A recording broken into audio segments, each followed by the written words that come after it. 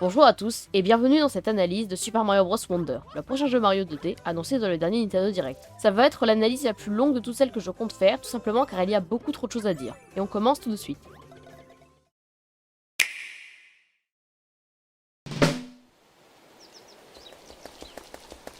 Onward and upward. 8 secondes. Première image faisant tout l'écran du trailer. Et il y a déjà trop de choses à dire. Car Nintendo a écouté les critiques faites au jeu New Super Mario Bros. Si ces jeux sont visuellement tous très similaires et ont une animation assez pauvre, ce qui leur est souvent reproché, là Nintendo nous offre une nouvelle direction artistique magnifique avec plein d'animations sublimes. Non mais sérieux, regardez-moi l'animation de Mario rentrer dans un tuyau. Et cette nouvelle DA, je ne saurais pas comment la décrire. C'est un style mignon et enfantin, on dirait de la pâte à modeler et des jouets. Et même si ça ne plaira pas à tout le monde, évidemment, on ne peut pas nier que visuellement le jeu est très beau.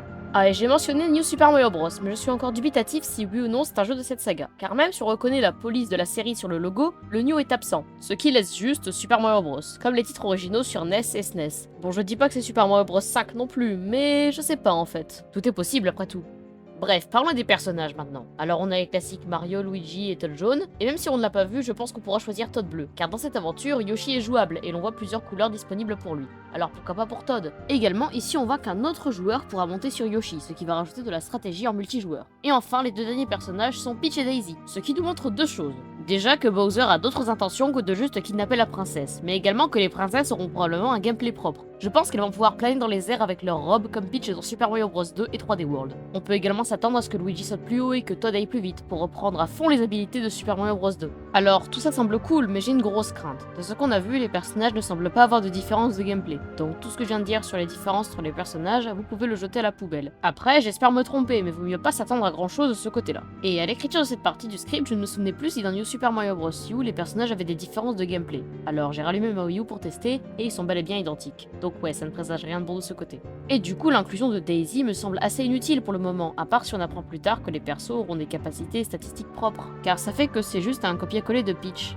Alors, certaines personnes pensent que Daisy sera capable de pousser des objets lourds car on la voit pousser un tuyau en rivalisant avec un nouvel ennemi dans le trailer. La théorie est cool, je dis pas, mais ça me semble assez bizarre de voir cette capacité simple de pouvoir pousser des choses lourdes donnée à Daisy. Donc ouais, Daisy semble vraiment être encore un clone de Peach comme dans Super Smash Bros Ultimate où elle est très mal représentée. Mais ça sera pour une prochaine vidéo. Pour résumer, seul Yoshi semble se jouer différemment des autres personnages, c'est peut-être un mode facile, comme Peachette dans New Super Mario Bros U Deluxe. Bon, je vais arrêter de me plaindre avec tous ces trucs autour des personnages, mais c'est quand même important de souligner les choses moins bonnes de cette annonce. Mais bref, passons au power-up. Cette partie sera assez courte, on voit bien évidemment le champignon au début du trailer. D'ailleurs, c'est moi ou quand Mario saute, il fait la même pose que Grandad? C'est juste moi? Bon ok. Ici on voit Peach avec une fleur de feu, on remarque ça par sa tenue, et également Mario utilise la fleur ici. Mais évidemment, je ne peux pas ne pas parler de cette légendaire transformation en éléphant, suivi du Dead Goomba Sorcery, qui est vite devenu un mème. J'en ai même fait 2 shitposts récemment. En dehors du mème, je pense que ce power-up rendra les personnages plus lents mais plus forts. On voit déjà que Mario obtient un passif sur les ennemis faibles, comme ce pauvre Goomba. A noter également, Yoshi ne peut pas avoir d'objet. On voit bien dans les passages où il est montré qu'il ne possède pas de slot de deuxième objet pour lui. Bon, il est temps de parler du gros de ce trailer, ces fleurs, que je vais appeler des Wonder Flowers pour des soucis de clarté. À première vue, ça semble simple. Une fois que vous collectez la Wonder Flower, le monde devient complètement fou et déjanté. Les tuyaux bougent, on devient une boule de pique, tout peut s'étirer.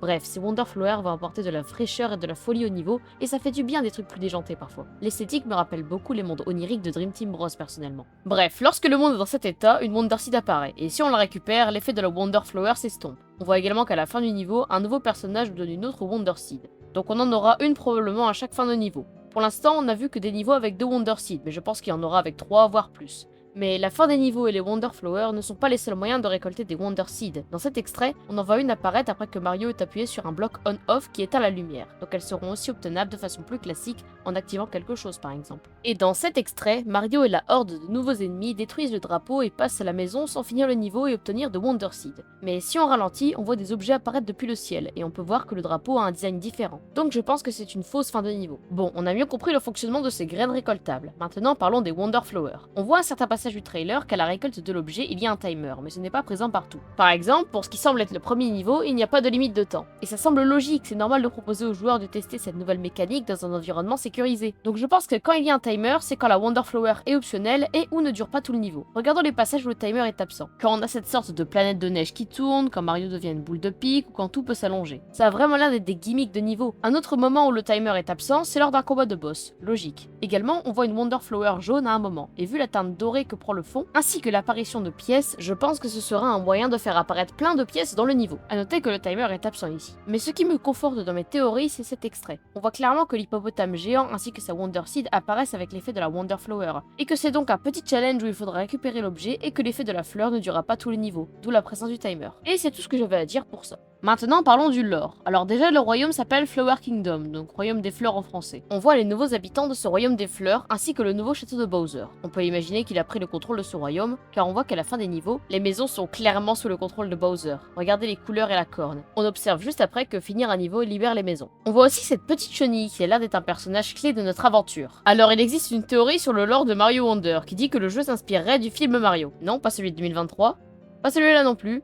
Oui, celui-ci. Car dans ce film, le prince Haru, dirigeant du royaume des fleurs, subit une malédiction par Bowser et se fait transformer en chien. Vraiment chelou ce chien d'ailleurs. Alors j'écourte énormément car je n'ai pas vu le film, mais les gens y voient un parallèle avec Mario Wonder, car Bowser aurait pris le contrôle du royaume des fleurs et aurait changé son prince en chenille. La suite, vous la connaissez. Mario et ses amis iront sauver le royaume. Je ne sais pas trop quoi penser de cette théorie. Je ne pense pas que Nintendo feront une telle référence à un vieux film comme ça, mais en même temps ça serait vraiment cool. Et pour finir, parlons de tout ce qui ne rentre dans aucune catégorie. Le jeu est... Mais attends, tu n'as pas parlé des nouveaux ennemis? Alors vous allez me haïr pour ça, mais ça sera dans une vidéo à part entière. Bref, le jeu est Peggy 7 pour l'instant, et bien que ce soit provisoire, je ne pense pas que ça changera. Ici, on voit Mario et Peach planer avec des casquettes, et vu l'absence d'interface, c'est sûrement une animation de changement de monde. En tout cas, plutôt cool de voir la casquette de Peach, hâte de voir celle de Todd. En parlant de Todd, sur une image officielle, on voit un Goomba avec le chapeau de Todd bleu, mais également des tuyaux rouges et un bloc point d'interrogation violet. Tout ça sont des éléments qui n'ont pas été montrés dans le trailer, on verra bien à quoi ils correspondent dans le jeu final. Ici, on voit un bloc Mario, donc des blocs spécifiques aux personnages apparaîtront sûrement dans les niveaux.